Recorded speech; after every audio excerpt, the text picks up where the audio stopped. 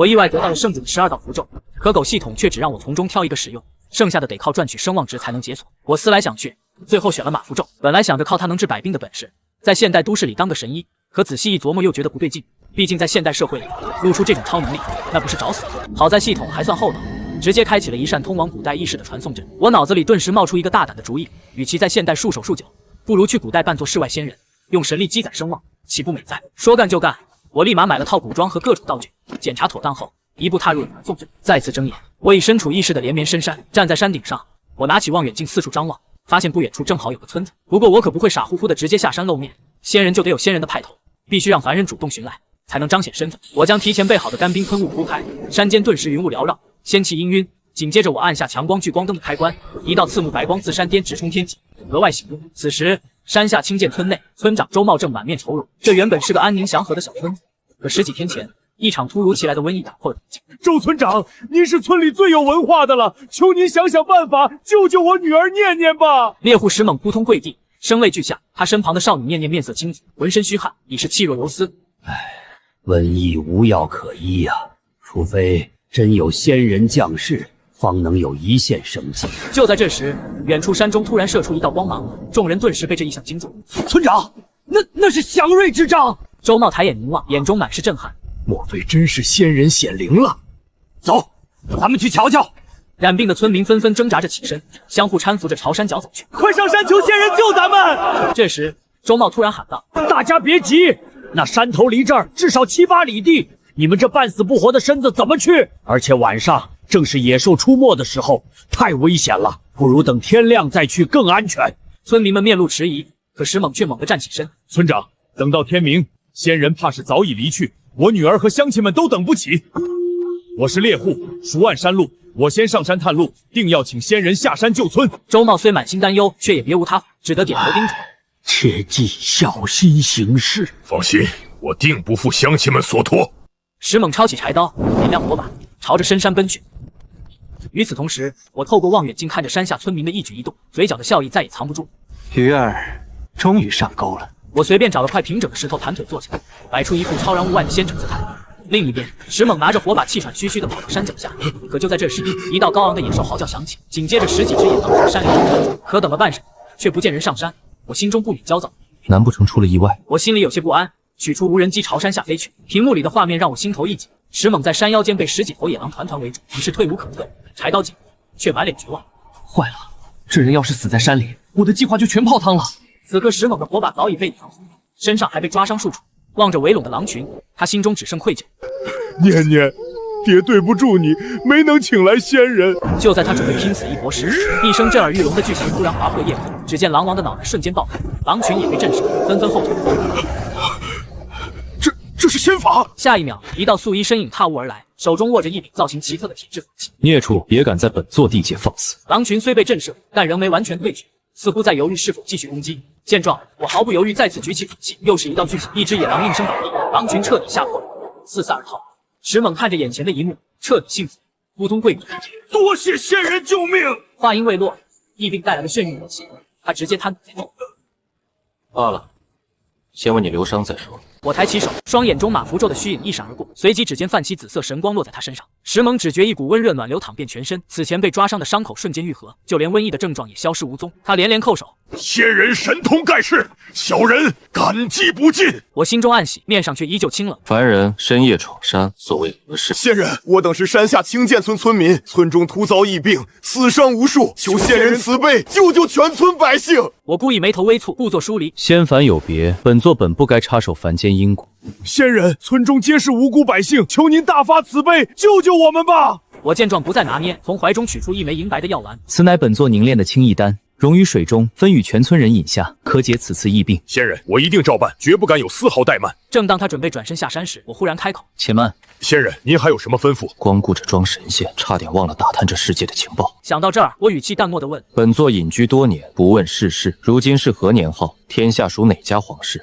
仙人，我只是山野粗人，不懂朝堂之事，只知曉當今天下是趙家執掌江山。得知是趙家天下，我心中大致有了數，面上不動聲色。罷了，本座也不過隨口一問。石猛見狀連忙道：“我们村长周茂飽讀詩書，定知天下大事。我下山後便讓他上山拜見仙人。對了，仙人，我下山後想為您修建牌位，日夜供奉，以報答您的救命之恩。不知仙人尊號為何？我心中一動，既然要在這世界建立威信，確實需要個響亮的名號。既然12符咒的力量來源於8大惡魔之一的聖主，不如我的名號也叫聖主。一念至此，我微微抬眸，本座乃聖主蘇禪，去吧，莫要耽誤時間。石猛連忙起身，小心翼翼捧着仙丹向山下奔去。看着他遠去的背影，我嘴角微微上揚，都燙遍全身，傷口瞬間愈合，一症狀消失無蹤。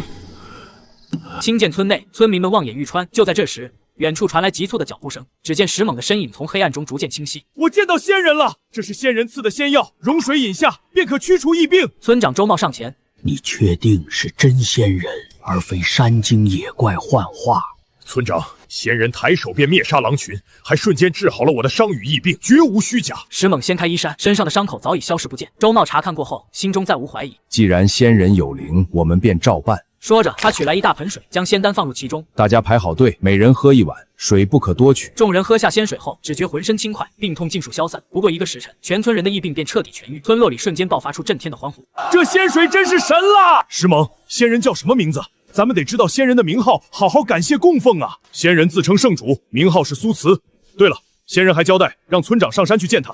好，既然是仙人有令，我自然要親自上山拜見。時間很快來到第2天，睡醒後我習慣性打開系統面板，看到上面的數據時不由得愣住。宿主蘇慈已解鎖馬符咒，距離下一個符咒獲取進度100%，進度滿了。不對啊，雲溪村人口不多，聲望應該還差得遠啊。想到這，我忍不住在腦海中問系統：這是怎麼回事？宿主獲得的聲望值並非固定，受凡人信仰虔誠度、感恩情緒強度、事件影響範圍綜合判斷。見此，我恍然大悟，難怪聲望漲得這麼快。清澗村的村民們經歷了瘟疫的絕望，又被我用仙丹和神力救了性命，自然對我印象深刻，信仰也足夠虔誠。接下來，我需要一個更符合仙人身份的能力，進一步強化威信。看來進範圍遠非我所想，這是速度。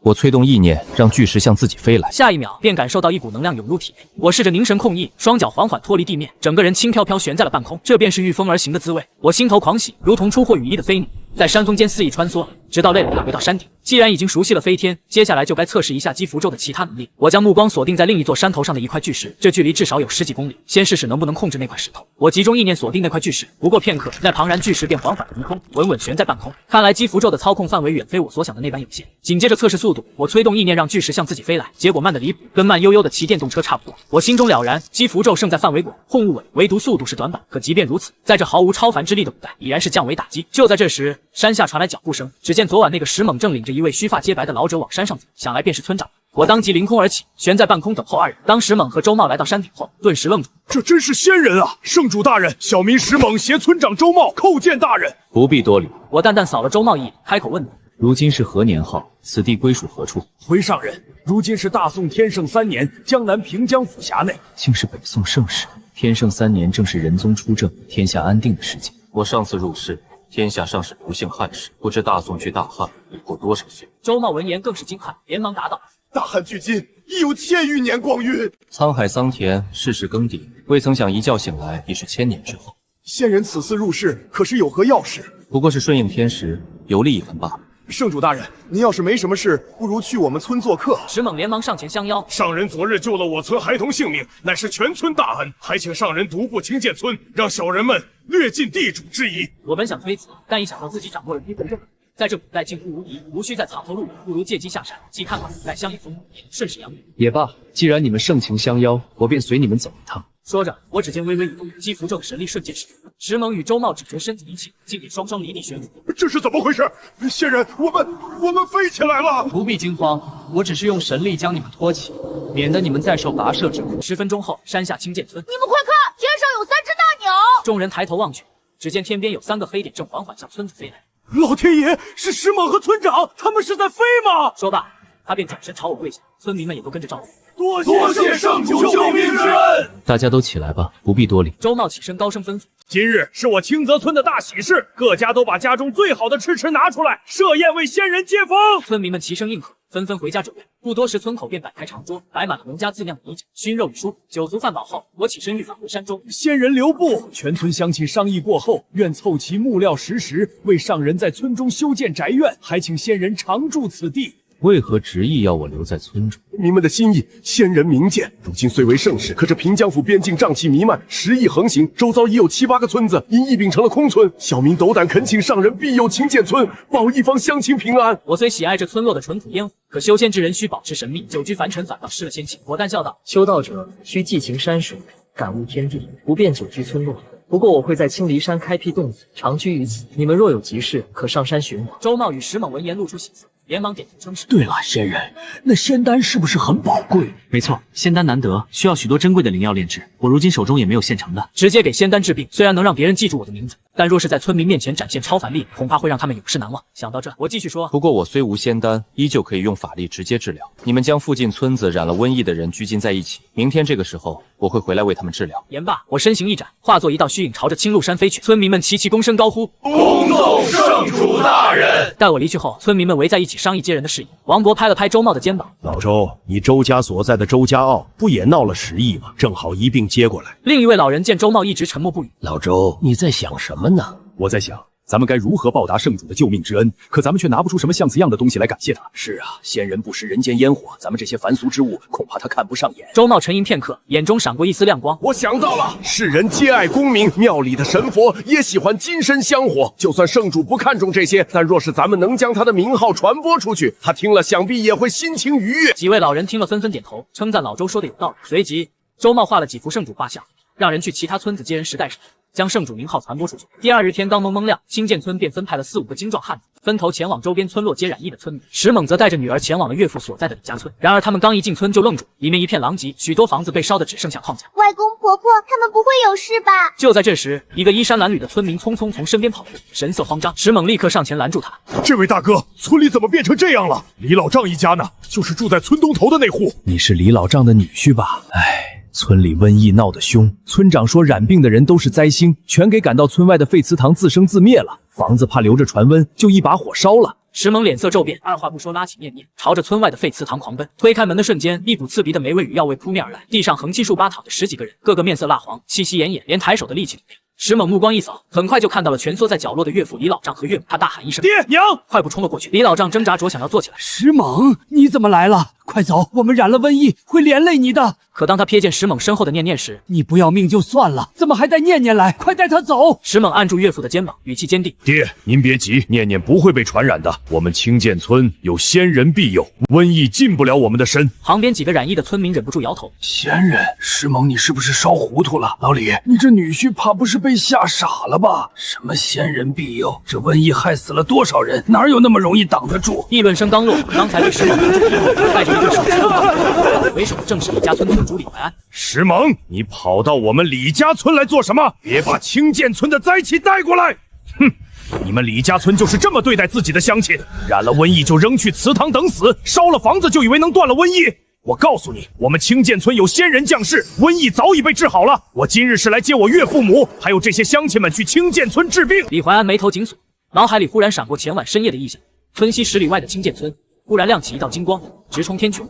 當時他還以為是商，此刻想來，難不成真有仙人降臨？可看着石猛信誓旦旦的模樣，他又有些不信，正要開口反駁，石猛已掏出一幅畫像。你們看，這就是救了我們清潭村的仙人蘇慈，他神通廣大，區區瘟疫在他面前不值一提。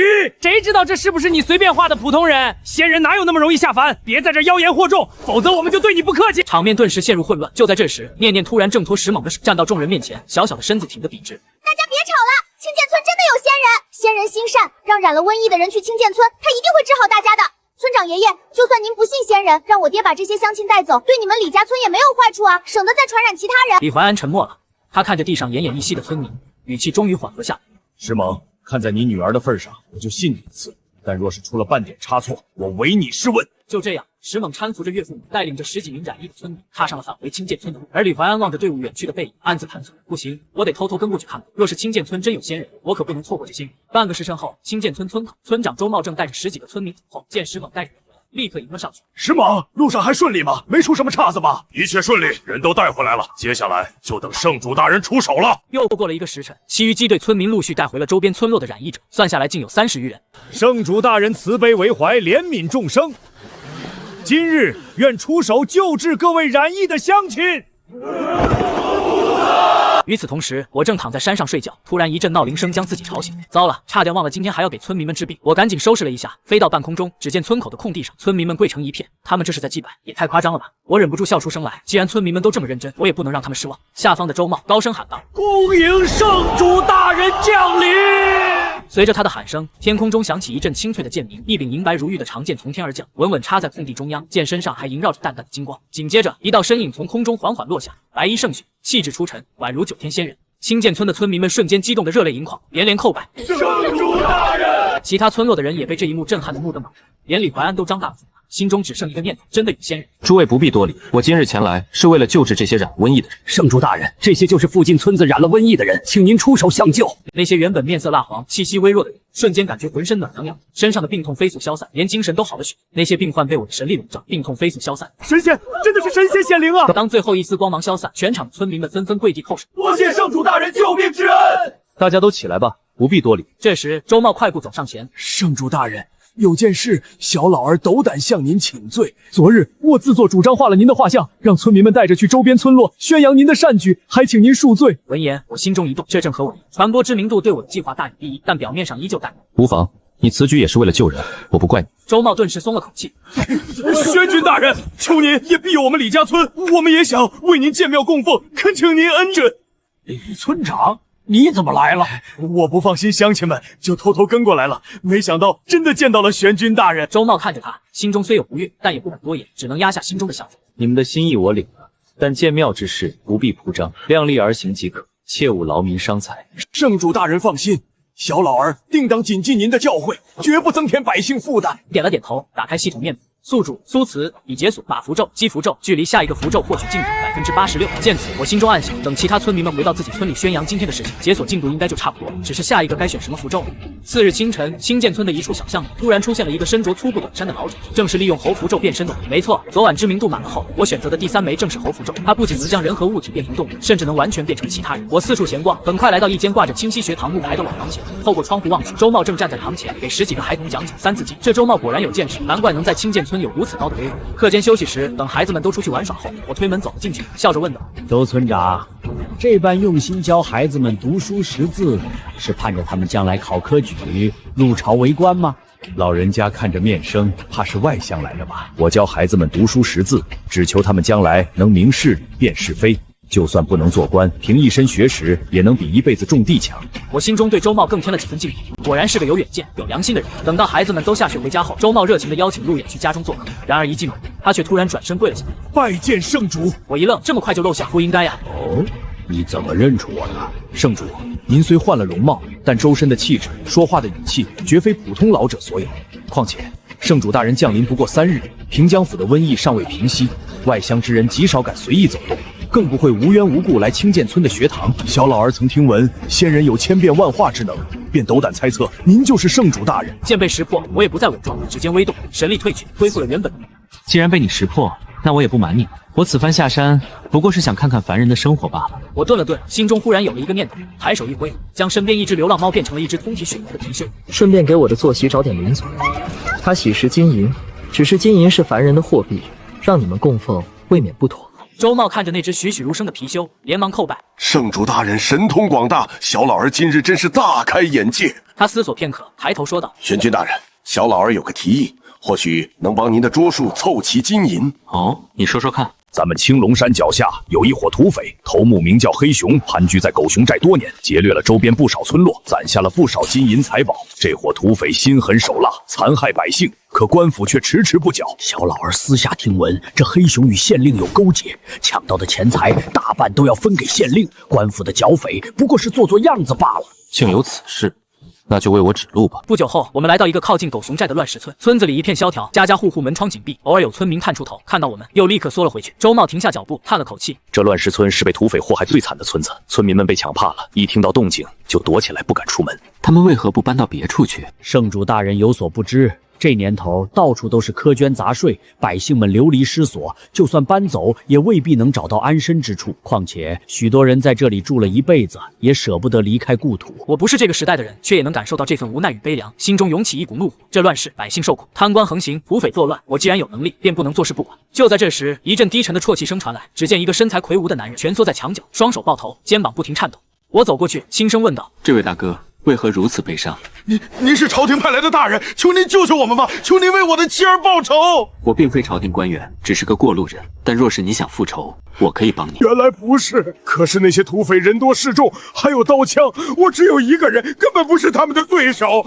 前幾日他們來村裡劫掠，我的妻子和孩子都被他們殺了。我們走吧。剛走幾步，身後突然傳來急促的脚步聲，那男人追了上来。我跟你们走，就算是死，我也要為我的妻兒報仇。我叫王虎，我熟悉狗熊寨的地形，我能幫你們。王虎小哥，你眼前這位便是聖主大人，乃天降真仙，專門解救百姓於水火之中，他一定能幫你報仇。王虎愣住了，隨即看向我，眼中滿是懷疑。我沒有多言，抬手一揮，把符咒的神力籠罩住王虎，他身上的傷痕瞬間愈合。現在，你信了？王虎感受着渾身的輕鬆，撲通一聲跪倒在地。聖主大人，求你為我妻兒報仇，我願為你做牛做馬。起來吧，我會讓你親手為妻兒報仇。三人繼續前行，半個時辰後，終於來到了寨門前。山寨大門緊閉，牆頭上站滿了手持弓箭、面目猙獰的土匪，為首的正是頭目黑熊，他獨眼圓睜，譏諷大笑：“就你們三個也敢來狗熊寨送死，怕是活膩歪了吧？黑熊，你這喪盡天良的畜生，殘害百姓，劫掠村落，今日就是你的死期！”而我則冷笑一聲，對王虎說：“去吧，親手為你家人報仇。”我伸出手，猴符咒和馬符咒的神力在掌心凝聚成一顆光球，然後一把將其灌入王虎體內，他的身體頓時扭曲變形。伴隨着一聲震耳欲聾的一頭體型骇人的猛虎赫然出現在眾人面前。王虎低頭看着自己的爪子，心中充滿了興奮和激動。這就是力量，這就是復仇的力量。與此同時，我將野貓變的貔貅放開，淡淡說道：“去吧，陪他好好練一招。”猛虎率先衝入土匪群中，利爪一揮，便有幾個土匪慘叫着倒在地上，鮮血濺濺。土匪們見狀，紛紛揮舞着刀槍砍向猛虎。可馬符咒賦予的再生能力讓猛虎毫髮無損，就算被砍中，傷口也能瞬間愈合。貔貅則騰躍而起，在空中穿梭，土匪們射出的箭矢打在他身上，只發出叮叮當當的聲響，根本無法傷其分毫。土匪們嚇得魂飛魄散，紛紛後退。黑熊強裝鎮定，揮舞着大刀，厲聲喊道：“怕什麼？不過是兩隻畜生，給我殺！誰能殺了他們，賞100銀100兩！”可他話音未落，貔貅已撲了過來，一爪子將他拍飛出去，重重撞在山寨大門上，再也爬不起來。土匪們見頭目被打倒，頓時亂作一團，紛紛扔下武器，想要逃跑。但王虎和貔貅並未停止，山寨內頓時傳來一陣陣慘叫聲。剩下的幾個土匪見無路可逃，索性拉起弓弦，拼了！殺了那個妖人，我們就能活了！看着飛來的箭矢，我連眼睛都不眨一下。笑話，要是有機符咒還能被射中，那不如早開豆腐撞死。隨着我抬起手，箭矢在空中凝滯，仿佛被無形的力量封住。再射，再射！我就不信他能擋住所有的箭！下一秒，王虎已撲到那些土匪面前，一爪子。等到所有土匪都被消滅，王虎體內的神力已消耗殆盡，重新變回人形。他跪倒在我面前：“聖主大人，多謝您，我終於為妻兒報仇了。”起來吧，這是他們應得的報應。次日天剛破曉，李琛便帶着4名捕快，踏着晨霧向城外出發。一路上，他們途經數個村落，只見村村蕭條，屍橫遍野，有的村子甚至已空無一人。李琛面色凝重，拿出地圖，在每個覆滅的村落龐塔上查看，心中愈發沉重。這場瘟疫比他想象中還要慘烈。趙虎、趙豹兄弟一路跟在李琛身後，頻頻試探，想要打探書信的秘密。趙虎裝作不經意地問道：“李大哥，此次任務除了探查瘟疫和送信，大人還有別的吩咐嗎？”李琛猶豫片刻，想到與周茂的舊情，終究還是說道：“還有一件事，京中有位蘇大人，托縣令大人給周茂帶一封信和請帖，務必親手交到他手中。”趙虎心中一震，果然與大人物有關。他表面不動聲色，繼續問：“這蘇大人是什麼來頭？周茂不過是個辭官的鄉野村夫，怎會與京中大人有交情？”蘇大人乃是當朝重臣，當年與周茂一同求學，交情深厚。至於為何突然送信，我也不知。趙豹悄悄拉了拉趙虎的衣袖：“大哥，牽扯到京中重臣。”趙虎眉頭緊鎖，沉聲道：“蘇大人咱們得罪不起，但魏縣令也不能得罪。他下了死命令，咱們若是辦不成，回去也是死路一條，只能按原計劃行事，見機行事便是。”幾人繼續前行，約莫半個時辰後，前方突然傳來鑼鼓喧天的聲響，人聲鼎沸，與沿途的蕭條景象截然不同。眾人皆是一愣，紛紛駐足觀望。奇怪，這荒郊野外怎麼會有這麼多人聚集？難不成是有人聚眾謀反？趙虎眼中閃過一絲異意，看向李琛：“李大哥，此事蹊蹺，咱們要不要先回縣城向縣令大人稟報？”“不必，先去打探清楚再說。你們幾個換上百姓的衣服，混入人群，摸清他們聚集的緣由，切勿打草驚蛇。幾人迅速換上提前準備的粗布衣衫，悄悄混入人群。不多時，他們便打探清楚，今日是清澗村聖主廟的動工儀式，周邊村落的百姓皆是為了感謝聖主治癒瘟疫，自發前來幫忙，場面熱鬧非凡。捕快們將打探到的消息稟報給李琛，他聽完眉頭緊鎖。聖主治癒瘟疫，這聽起來與邪教蠱惑百姓如出一轍。不行，必須阻止他們，免得更多百姓被蒙騙。說罷，李琛抽出腰间捕快令牌，帶着眾人衝進人群。雍州府捕快在此，所有人立即散開，不許聚集鬧事。锣鼓聲瞬間戛然而止，喧鬧的場面瞬間安靜起來。村民們紛紛轉頭，目光警惕地看着景。李琛掃視一圈，當看到主持儀式的老者正是周茂時，不由得愣住。周茂面色紅潤，精神飽滿，絲毫沒有染上瘟疫的痕跡。周茂見到李琛，非但沒有慌亂，反而哈哈一笑。李捕頭，許久不見，今日怎麼有空來清澗村？難不成是來捧場的？周兄，你可知你此舉涉嫌蛊惑百姓？什麼玄君，什麼神迹，不過是騙人的把戲！趕緊驅散眾人，否則休怪我不客氣。李捕頭誤會了。這並非蠱惑百姓，前些日子瘟疫肆虐，正是聖主大人降臨，以神力治癒了所有染疫的鄉親，大家是真心感激，才自發商議建廟供奉，絕非鬧事。李琛環顧四周，只見在場的村民個個面色紅潤，精神矍鑠，絲毫沒有瘟疫肆虐後的病態，心中不由得泛起疑問：難道這所謂的玄君真有治癒瘟疫的本事？既然如此，我便暫且相信你一次。但若是讓我發現有不法之舉，定當依法處置。周茂笑着點頭：李捕頭放心，一切皆公開透明。鄉親們，吉時已到，動工！隨着周茂一声令下，村民們立刻行動起來，挖地基、搬磚塊、搭木架，場面再次变得熱火朝天。人群邊緣，趙普悄悄将玄鐵令牌塞給趙斌：小弟，你找個借口離開，速去狗熊寨找黑熊，讓我帶人踏平清澗村，務必除掉周茂和李琛。趙豹點頭應下，趁着人群混亂，悄悄溜出了县寨，快馬加鞭趕往府。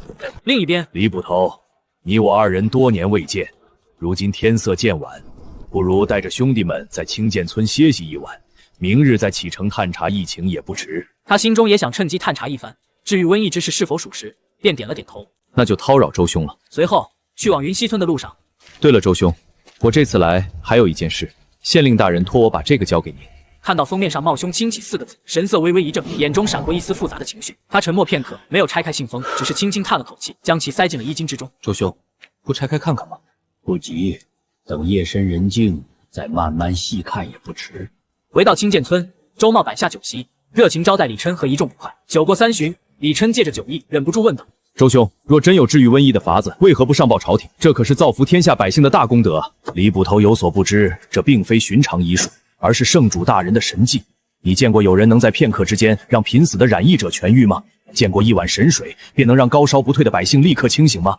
這些都不是凡人能做到的。李琛心頭一震，回想起進村時所見的景象。那些本該被瘟疫折磨的行銷鼓勵的村民，如今個個精神飽滿，絕非作假。他張了張嘴，想要反駁，卻終究說不出話來。酒宴結束後，周茂安排眾捕快在村中的閒置屋設下。夜裡，李琛輾轉難眠，起身去找周茂。兩人在院中對坐，暢談天下大事，講當年兩人一同立下誓言，要建功立業，為民請命。可世事無常，周茂因彈劾貪官位被迫辭官歸鄉，而蘇瑾則一路高升，成為當朝重臣。兩人雖有書信往來，卻再未相見。周茂回到屋中，拆開了那封信。茂兄親啟，平江亂世，官場腐朽，吾上書陛下，直言利弊，卻屢遭疏遠。如今已心灰意冷，決意告老還鄉。吾念及舊情，誠邀茂兄前來一敘，共話當年情誼。周茂看完信，輕輕嘆了口氣：罷了，念及舊情，便再去見他一面吧。與此同時，趙豹以快馬加鞭趕到狗熊寨，可眼前的景象卻讓他目瞪口呆。昔日氣勢恢宏的山寨，如今已化為一片廢墟。土匪的屍體橫七豎八地躺在地上，鮮血染紅了地面，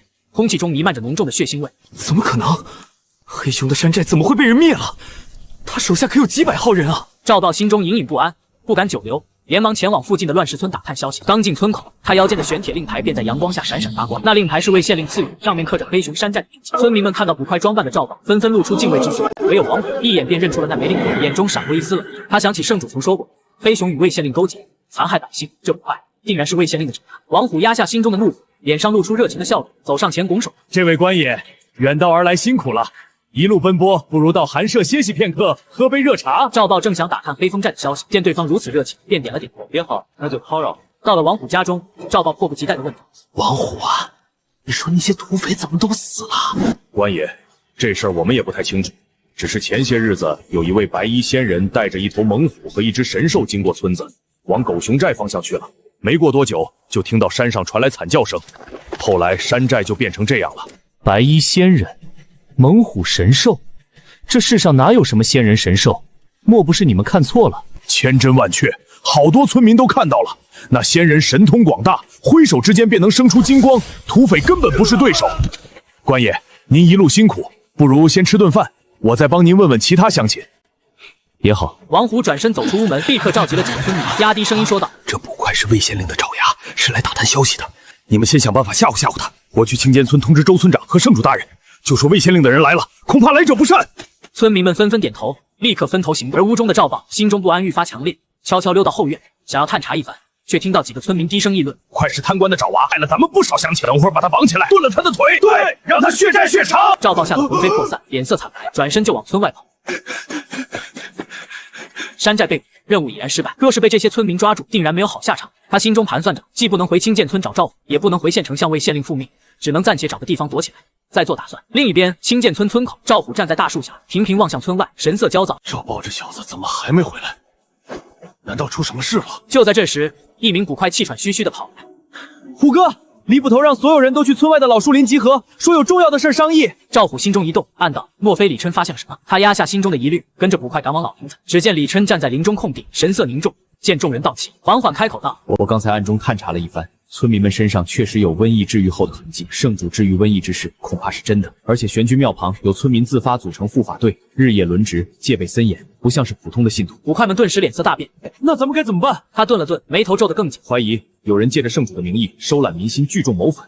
青鹿山是村民口中之好的聖主降臨之地，若真有就謀反之意，便立刻回縣城稟報，派兵鎮壓。眾捕快頓時臉色大變，紛紛說道：李大哥，這青藍山據說有仙人，我們上山會不會有危險？怕什麼？我們是官府捕快，奉命行事，就算有仙人，也不能阻擋我們辦案。今夜3更準時上山，誰也不許退縮。趙虎站在人群中，眼中閃過一絲金光，心中暗喜，真是天助我也。青鹿山地形複雜，夜裡更是漆黑難行，若是在山上製造意外，除掉李琛，再把他的死嫁禍給聖主，既能完成魏縣令的命令，又能脫罪，簡直一舉兩得。就在李琛帶着捕快們準備返回村舍，等待3更時分上山之際，王虎帶着幾個亂石村的村民急匆匆地趕到青澗村。周村長不好了，魏縣令派了一個捕快到亂石村打探狗熊寨的消息，那捕快是他的爪牙，恐怕是來探查聖主大人的。周茂臉色驟變，瞬間想起動工儀式時中途離開的那名捕快。壞了，那是魏縣令安插的死奸，怕是已經把消息傳出去了。另一邊，青鹿山洞府中，我嘴角勾起一抹冷笑。官差上山來了，那我就好好招待一下。夜色浸滿青鹿山的溝壑，李琛身着玄色勁裝，帶着3名捕快穿行在崎嶇山徑上。趙虎跟在最後，雙手始終揣在衣襟內，緊攥着一柄鋒利的短柄。最年輕的捕快壓低聲音：李大哥，這青藍山素來偏僻，傳聞常有怪事，咱們就4個人，萬一真遇上那聖主，怕是難以應付啊。人多易暴露，咱們的目的是摸清聖主的底細，查清瘟疫與劍廟背後的蹊蹺，不是硬拼。金生，前頭有火光。趙虎順着李琛的目光眯眼望去，半山腰處果然晃動着幾點微弱的光暈，隱約能看到人影傳動。此刻李琛背對着他，正是動手的絕佳時機。趙虎深吸一口氣，緩緩抽出短柄，趁着夜風越過樹梢的盛情，猛地朝着李琛後心刺去。就在筆尖即將刺破衣料的瞬間，遠處突然傳來一聲震徹山谷的獸嚎，驚得趙虎手腕一抖，短柄偏斜，只在李琛的衣擺上劃開一道長長的口子，露出裡面的底衣。什麼聲音？李琛猛地回頭，目光鎖定趙虎還未收回的手，以及他腰間滑落的匕首把柄。趙虎，你要做什麼？趙虎額頭瞬間滲出冷汗，正要開口辯解，遠處青澗村的方向突然亮起一片火海。周茂粗獷的嗓門穿透夜色：他們往天輪山去了！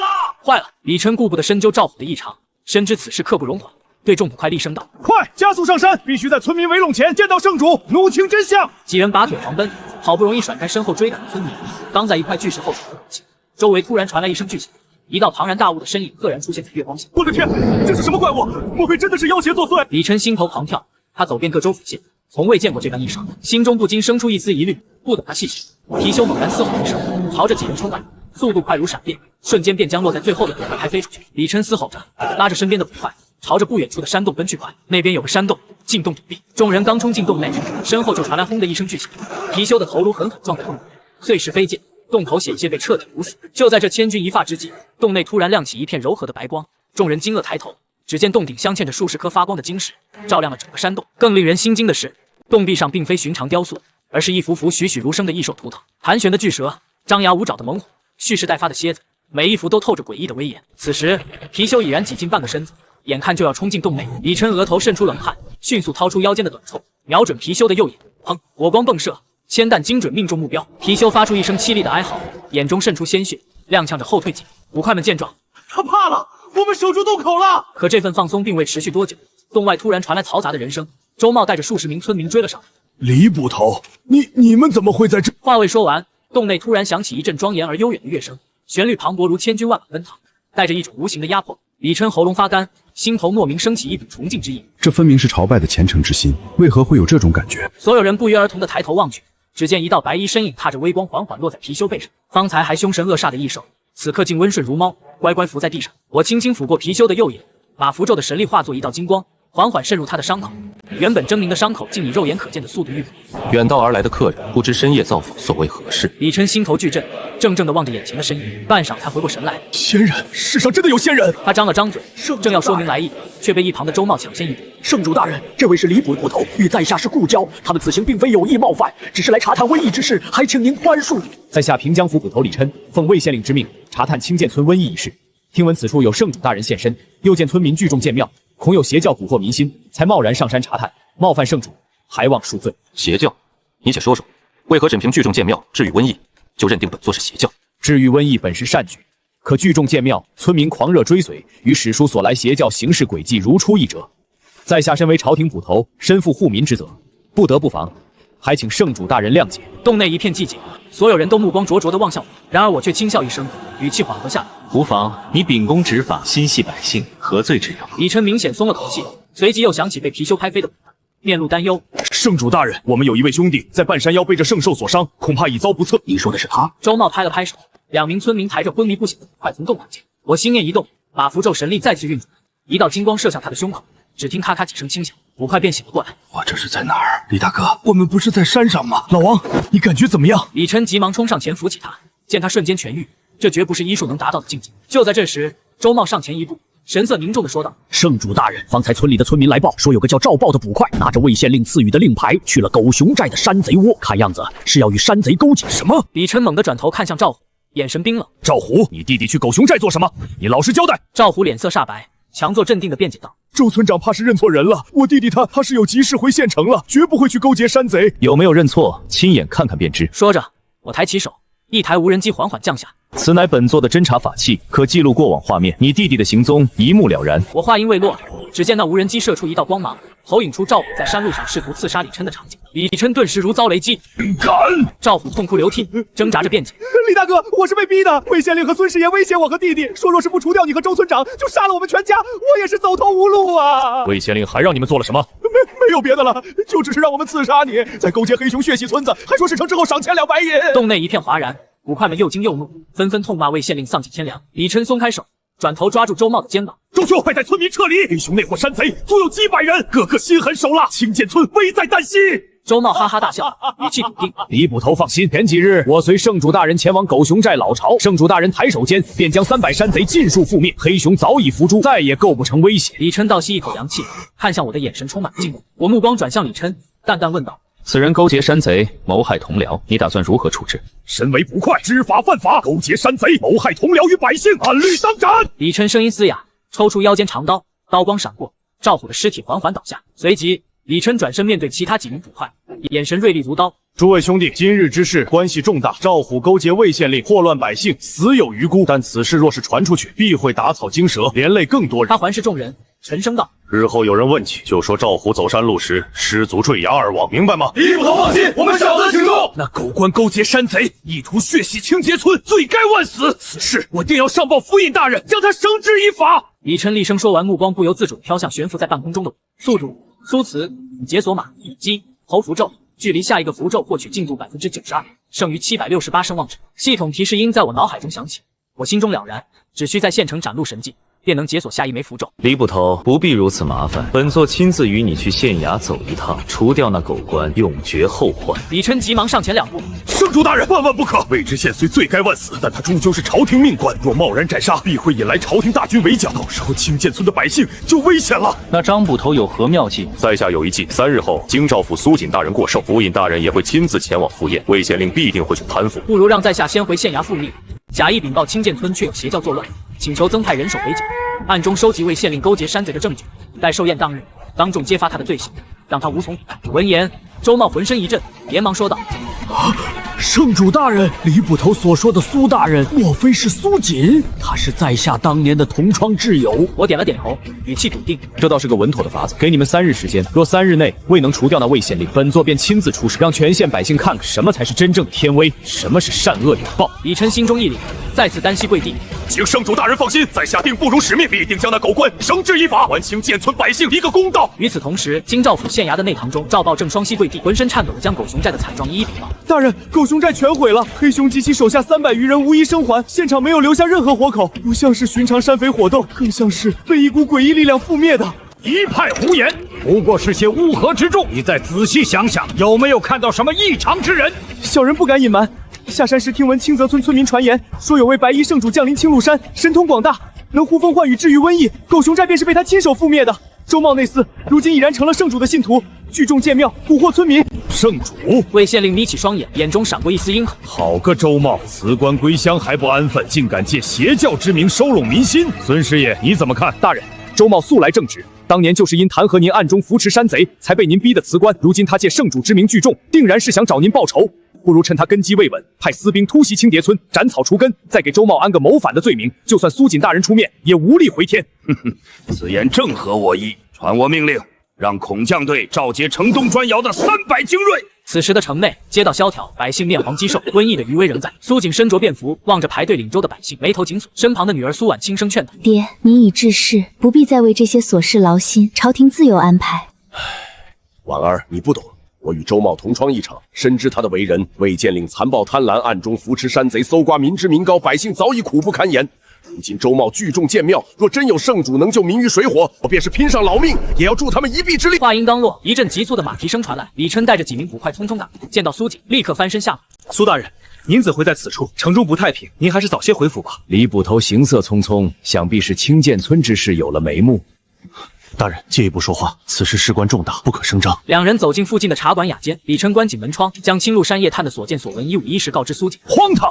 世上怎會有仙人？李捕頭莫不是被周茂蒙蔽了？李琛苦笑一聲，從懷中取出一塊沾着金光的碎布。大人，若非親眼所見，屬下也不敢相信，這碎布上的神力絕非江湖術士的障眼法所能偽造。那聖主還揚言，3日內若魏縣令未伏法，便會親自前往縣衙誅殺他。他竟有如此膽量！魏縣令雖殘暴，卻是朝廷命官，擅殺命官乃是滔天大罪。我本想借壽宴之機，請府尹大人主持公道，可府尹近日事務繁忙，已謝絕了我的邀請。那可如何是好？魏縣令心狠手辣，必定會對清澗村下手。蘇錦閉目沉思片刻，睜眼時眼中已多了幾分決絕。你且按原計劃回縣衙復命，假意依附魏縣令，暗中收集他的罪證。壽宴當天，我親自會一會這位聖主，若他真能救民於水火，我便助他除去魏縣令；若他是江湖騙子，我定當揭穿他的真面目。告別蘇錦後，李琛帶着捕快返回縣衙。大堂之上，魏縣令端坐於公案後，目光陰鸷地掃過眾人。李捕頭，清澗村之事查得如何了？還有，趙虎為何未歸？回大人，清澗村確有邪教作亂。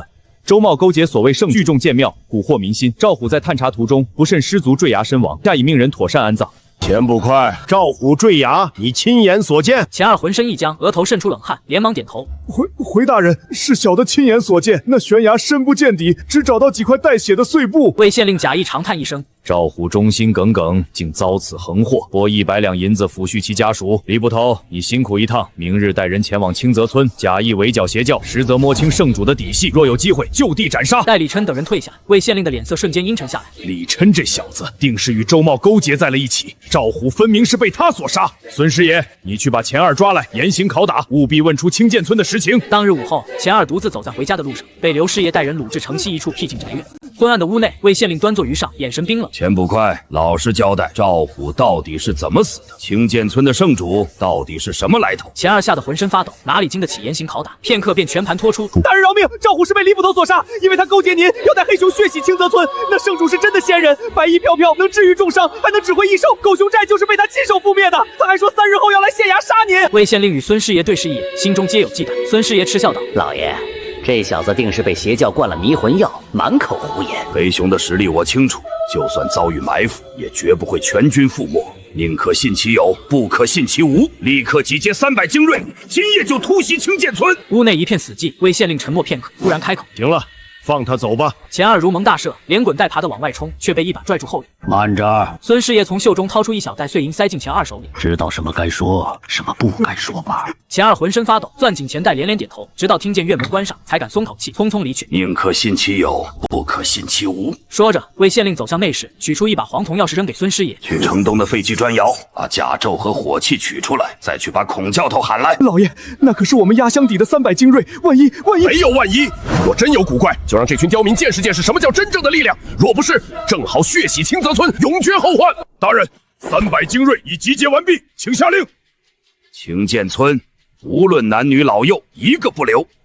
若欲抵抗，尤其是見到什麼白衣聖主，格殺勿亂。若是見到什麼異獸，就用火槍。萬一這次真有什麼意外，或者超乎常理之事，立刻撤回。本官要的是情報，不是無謂犧牲。要是不能脫身，立即放信鴿報信。遵命。隨着馬蹄聲漸漸遠去，孫師爺小心翼翼地問：“老爺，動用私兵，若是被服役大人知道？”魏縣令沒有回答，只是望着遠處起伏的山巒。3日後要來殺本官，就算真是仙人，我也要看看是他的法術快，還是鉛彈快。入夜，清澗村一片寂靜，周茂正帶着村民巡查。村長，不好了，遠處有騎兵逼近，至少300人，看樣子是衝着咱們來的。慌什麼？聖主大人早已料到魏縣令會狗急跳條，此刻正在祠堂等候。眾人順着他的目光望去，只見我正倚靠在祠堂門邊，神色淡然，仿佛眼前的危機不值一提。魏縣令生性多疑，寧可錯殺1000，不可放過一個。今日便讓他見識一下什麼叫天外有天。片刻後，300飛甲私兵已然逼近村口，為首的孔教頭勒住韁繩，厲聲喝道：“清澗村勾結妖人，意圖謀反，奉魏縣令之命屠村！”話音未落，騎兵們便如潮水般衝向村口。然而我的臉上卻沒有一點波動，好似這300人只是一隻隻匍匐前進的螞蟻。我輕輕抬手，無形的力量驟然籠罩全場，衝在最前面的騎兵連同戰馬瞬間停滯，仿佛撞上一堵無形的牆壁。怎麼回事？動不了了！士兵們驚恐大喊，卻發現戰馬像是被釘死在地面上，紋絲不動。孔教頭臉色大變，厲聲下令：“放箭，用火铳射擊！”下一秒，箭雨如注，火铳轟鳴，可所有箭矢與鉛彈在炮進我3丈之內，便被無形的力量擋在外面，紛紛落地。我微微抬手，眼中凝聚着符咒光芒一閃而過，淡淡道：“還給你們。”所有箭矢鉛彈驟然調轉方向，以更快的速度原路返回。前排騎兵瞬間被射成篩子，慘叫聲此起彼伏。怪我，這根本不是人！有士兵崩潰大喊，轉身就想逃跑。既然來了，就別想走了。我輕輕打了個響指，地面驟然開裂，碎石翻滾，逃跑的士兵紛紛墜入裂縫，轉瞬便被泥土吞噬。孔教頭嚇得雙腿發軟，跪倒在地，哭喊着：“仙人大人饒命！我有情報！”我微微挑眉，身形一閃，落在孔教頭面前，淡淡道：“說說看。”孔教頭艱難地喘息着，聲音斷斷續續：“魏縣令背後有京城大人物扶持。”我眯起眼睛，稍稍放鬆了對他的束縛，繼續。然而下一瞬間，孔教頭突然暴起，他的動作並非自殺，而是拼盡最後力氣打開了馬鞍上的鳥籠，一隻雪白的信鴿從籠中飛出。孔教頭眼中閃過一絲解脫，嘴角扯出猙獰的笑容：“大人定會知曉。”話音未落，我輕輕抬手，那隻剛飛出不到3丈的信鴿便在半空凝固，隨即化作飛灰。我輕嘆一聲：“冥頑不靈。”抬手撫平地面的裂縫，那些士兵的屍體與血跡瞬間消失無蹤，仿佛從未發生過這場廝殺。周茂率先跪倒在地，村民們紛紛效仿。聖主大人神威！就在此時，我眼前浮現出系統面宿主蘇慈已解鎖馬姬猴符咒，距離下一個符咒獲取進度100%。我在心中默念：系統領取狗符咒，一股前所未有的力量蔓延全身。恭喜宿主獲得狗符咒，能力永生不死，可令持有者永遠年輕，免疫一切致命傷害。縣衙之內，魏縣令正死死盯着窗外，神色焦躁。半個時辰過去，依舊沒有孔教頭的消息。他心中的不安越來越強烈。300精銳怎麼會一點動靜都沒有？難道那聖主真的是仙人？老爺，咱們快逃吧！聖主既然能滅掉300精銳，肯定能輕易殺了咱們。逃？我逃得掉嗎？這些年我搜刮民脂民膏，殘害百姓，就算逃到天涯海角，也躲不過報應。那我們怎麼辦？縣令眼神恍惚，仿佛陷入了回憶，輕聲問道：“師爺，你知道嗎？我年輕時也曾是個心懷天下的人。30年前，我剛中舉，被派到此地做官。剛上任時，我減免賦稅，甚至自掏腰包修橋鋪路。”孫師爺怔怔地看着他，從未想過這個貪婪暴虐的縣令曾有這樣。你知道百姓是怎麼回報我的嗎？縣令突然睜開眼，眼中閃過一絲猙獰。他們罵我假仁假義，說我必定另有所求，甚至有人造謠說我克扣賑災糧，中飽私囊。就算這樣，我也忍了。還認為百姓是被別有用心之人蒙騙。可又過了1年，大旱降臨，全縣顆粒無收。我開倉放糧賑濟災民，可那群賤民非但不感恩，還嫌糧食太少，粥太稀，嫌我給的銀子不夠多，甚至聚眾衝進縣衙，砸了我的供桌，搶了我的家產，還放火燒了我的府邸。我跪在地上求他們住手，可他們只是哈哈大笑，罵道狗官活該。從那以後我就明白了，百姓就是一群賤種，誰對他們好，他們就會咬誰。既然如此，我何必再裝什麼清官？不如做個惡人，至少能活得痛快。既然他們不配仁慈，那我就讓他們知道什麼叫真正的恐懼。去，把地窖裡的火藥全部搬出來，再把城南疫区的病患全部放出来，派死士混進去傳播疫病。圣主不是能治愈疫病吗？我倒要看看他能不能救得了满城百姓。苏锦寿宴当日，我便引爆火药，拉所有人一起陪葬。孙师爷脸色大变，老爷，你要炸死他们，府尹大人也会在那里，他可是朝廷命官啊！哈哈哈哈哈！他不是要杀我吗？好，我給他這個機會，但我要讓所有人看看，就算是仙人也救不了那些該死的刁民。與此同時，李琛家中院門突然被敲響，開門一看，竟是趙豹。李大哥，我大哥，他是不是已經死了？李琛沒有回避，沉聲道：“是我親手殺的他。”趙豹渾身顫抖，突然從腰間抽出寶刀。李琛立刻道：“要報仇，我們換個地方，屋裡還有孩子。”出乎意料的是，趙豹撲通跪：“我不報仇，大哥死有餘辜。那年大旱，我們兄弟殺了囤積狙擊的黑心糧商，將糧食分發給百姓後，一路逃到這裡。是您抓住我們，卻看我們可憐，不僅沒送官，還舉薦我們當了捕快。可我們呢？”說話間，趙豹扇了自己一耳光。為了活命，竟幫那狗縣令做着傷天害理的事兒，我該死，我真該死！張大哥，你現在就殺了我吧，我絕無怨言。李琛扶起他，沉聲道：“起來吧，知錯能改，便還有機會。魏縣令現在怎麼樣了？”趙豹擦了擦眼淚：“李大哥，魏縣令瘋了，他派了300私兵去清澗村，現在一個都沒回來。他打算在蘇大人壽宴上引爆水藥，還放出了疫區的病患，要傳播瘟疫。”李琛瞳孔驟縮，立刻起身：“不好，我們必須立刻通知蘇大人和聖主大人。”次日清晨，城內謠言四起，百姓們紛紛傳言聖主將於午時降臨，治癒瘟疫，懲治惡人。李琛帶着幾名捕快沿街巡邏，一邊驅散聚集議論的一邊警惕觀察四周動靜。不多時便偶遇了身着便服的蘇景，兩人找了個僻靜角落商議片刻，都察覺魏縣令心境癲狂，當即決定直接前往蘇府，先回府，嚴密防備魏縣令的瘋狂陰謀。話音剛落，老爺，縣衙來人了，說是魏縣令親自登門拜訪，此刻就在府外等候。李琛聞言，瞬間按住腰間長刀。這狗官定是來者不善，不如趁他立足未穩，先將其拿下，省得夜長夢多。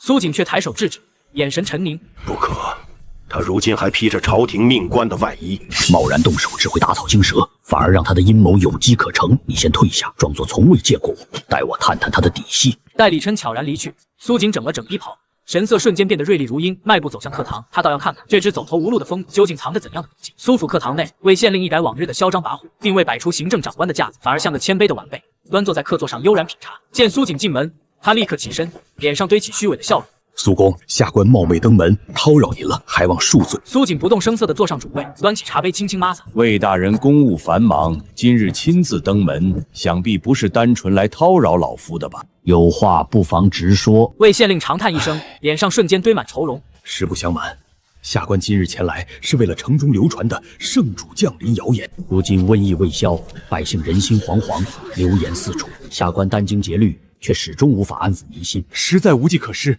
特來向蘇公請教，如何才能穩定大局，安撫百姓？”這番話言辭懇切，若不知情，定會以為他是個心繫百姓的清廉父母官。蘇景抬眸瞥了他一眼，語氣平淡：“魏大人乃京兆府父母官，治理地方，安撫百姓，本就是你的職責。老夫早已置氣，不問朝堂瑣事，怎好越俎代庖？”蘇公說笑了。魏縣令連忙陪笑：“您德高望重，在百姓心中威望極高，只需您出面，便能穩住民心。下官已想好對策，今日午時，下官會親自坐鎮蘇府門前查驗謠言，同時命李捕頭帶人維持秩序。無論那所謂聖主是真仙還是妖人，只要有您與下官一同坐鎮，百姓便有了主心骨，那宵小之輩也翻不起什麼風浪。”說到此處，他話鋒一轉，眼神幽深地盯着蘇景：“只是此事事關重大，需有蘇公出面，方能萬無一失。還請蘇公勢必賞臉到場。”這番話看似商議，實則脅迫，他就是要將蘇景牢牢綁在自己的計劃中，讓蘇景成為他引爆陰謀時最關鍵的人質與祭品。蘇景心中了然，面上卻不動聲色：“今日乃老夫壽宴，本就會在府中坐鎮，魏大人放心，屆時老夫自會出面。”得到滿意答覆，魏縣令心中暗喜，又寒暄了幾句，便起身告辭。望着他離去的背影，蘇景手中的茶杯猛地一頓，渾濁的老眼中閃過一絲冰冷的殺意。這位縣令今日必死無疑。與此同時，青鹿山洞府內，周茂正通過對講機将城中的異動一一稟報。聖主大人，大事不好！那魏县令喪心病狂，竟私自放出了城南疫区的病患，还暗中散播謠言，說您今日午時会降臨救世。他这是故意将您置于两難之地，想讓您救无可救，失信於民吶！我聽完，嘴角卻勾起一抹冰冷的冷笑。他越是想算計我，我便越要如他所願。可是大人，疫區病患眾多，且瘟疫傳染性極強。若是您無法一次性治愈所有病患，百姓便會對您產生懷疑，到時候魏縣令的陰謀就得逞了。無妨。我站起身，新獲得的力量在體內湧動，帶來前所未有的自信。一隻跳梁小丑，即便機關算盡，也翻不起什麼大浪。傳我命令，讓李琛與你的人今日午時只需在蘇府外圍維持秩序，保護無辜百姓，剩下的一切交給我便可。擁有狗符咒，我已是不死之身。這場由魏縣令精心導演的鬧劇，正好是我安撫萬民的最佳舞台。次日午時，蘇府門前的廣場上早已人頭攒動，疫區的病患與健康的百姓混雜在一起，人人臉上都寫滿了絕望與期盼，空氣中彌漫着瘟疫的氣息與詭異的緊張。蘇府之內，壽宴早已擺好，氣氛卻壓抑得令人窒息。魏縣令端坐於首席，臉上掛着虛偽的笑容，頻頻向在場賓客舉杯，仿佛對府外的喧囂與自己的陰謀一無所知。蘇瑾端坐主位，神色平靜，眼底卻藏着警惕。悄悄潛回府內的李琛則隱在暗處，手按長刀，緊盯着魏縣令的一舉一動。他們都清楚罪惡。時辰到了。魏縣令放下酒杯，眼中閃過一絲瘋狂的光芒，對着藏在暗處的孫師爺輕輕遞了個眼色。暗處的死士們立刻點燃了埋藏在蘇府地下的燃料引線，滋滋的引線燃燒聲在寂靜的府內格外清晰。就在這千鈞一髮之際，天空中突然金光大作，似的人睜不開眼睛，所有人都下意識地抬頭望去，只見一道白衣身影腳踏七彩祥雲，緩緩從天而降。那人正是我。廣場上的百姓瞬間爆發出驚天動地的呼喊，紛紛跪倒在地。聖主大人顯靈了！聖主大人救我們！魏縣令見到這一幕，非但沒有絲毫驚慌，反而發出了癲狂的大笑。你終於來了，來得好！今日就讓我們一起在火藥的煙火中共赴黃泉，所有人都陪着我一起死。然而，想象中的驚天爆炸並未如期發生。我懸浮於蘇府上空，只是輕輕一抬手，一股無形的巨力驟然降臨，轟隆一聲，大地劇烈震顫，整個蘇府地面連地基竟被這股力生生掀起，懸浮於半空之中。埋藏在地下的成百上千斤火藥桶，以及那些手指不得苦待的死士，盡數暴露在光天化日之下，無所遁形。滿城百姓連同府內的所有賓客都被這震撼天地的神蹟驚得瞠目結舌，廣場上瞬間陷入死寂，只剩下眾人粗重的呼吸聲。魏縣令臉上的笑容瞬間凝固着，這不可能，怎麼會這樣？我的火藥，我的計劃怎麼會失效？我沒有理會他，目光緩緩掃過廣場上那些面色憔悴的病人，心念一動，馬符咒的治癒神力化作一場金色的光雨，洋洋灑灑地覆蓋了整個現場。光雨所及之處，病患身上的紅疹迅速消退，咳嗽、高熱等症狀瞬間消散，傷口以肉眼可見的速度癒合，就連空氣中的瘟疫氣息也漸漸消散無蹤。無數百姓感受到身體的變化，先是茫然錯愕，隨即爆發出震天動地的歡呼與哭泣，紛紛對着我叩拜不止。魏縣令，你罪孽滔天，勾結山賊，視萬民生命如草芥，今日便是你的審判之日。我的聲音不大，卻清晰地傳入每一個人的耳中，帶着不容置疑的威嚴，響徹整個現場。話音落下，我伸出手指，對着那些懸浮在半空的火藥桶輕輕一點，只見所有火藥桶瞬間擺動無形之力的束縛，如同飛鳥般衝天而起，在數千米的高空化作一朵朵絢爛而無聲的煙花。魏縣令徹底崩潰了，他癱倒在地，渾身發抖。不可能！你到底是什麼東西？為什麼我怎麼算計都贏不了你？你視百姓為螻蟻，肆意踐踏生命，那麼你便也嘗嘗淪為螻蟻的滋味。我緩緩降落在他面前，指尖閃過侯符咒的光芒，魏縣令的身體在眾目睽睽之下迅速扭曲、縮小，最終化作一隻渾身髒污的老鼠，尖叫着竄入了街邊的巷子，永世不得超生。自此之後，京兆府再無殘暴的魏縣令，只有一位心懷萬民、神通廣大的聖主在世。聖主教的信仰以蘇府廣場為根據，從這座偏遠的縣城開始，如同燎原之火般，迅速蔓延至每一個角落。而我站在青鹿山之巔，俯瞰着腳下的芸芸眾生，苟復制的永生之力在體內流淌。原本只想賺取聲望，安穩度日，可看着萬民敬仰的模樣，看着這盛世之下的隱患，一個宏大的念頭在我心中生根發芽。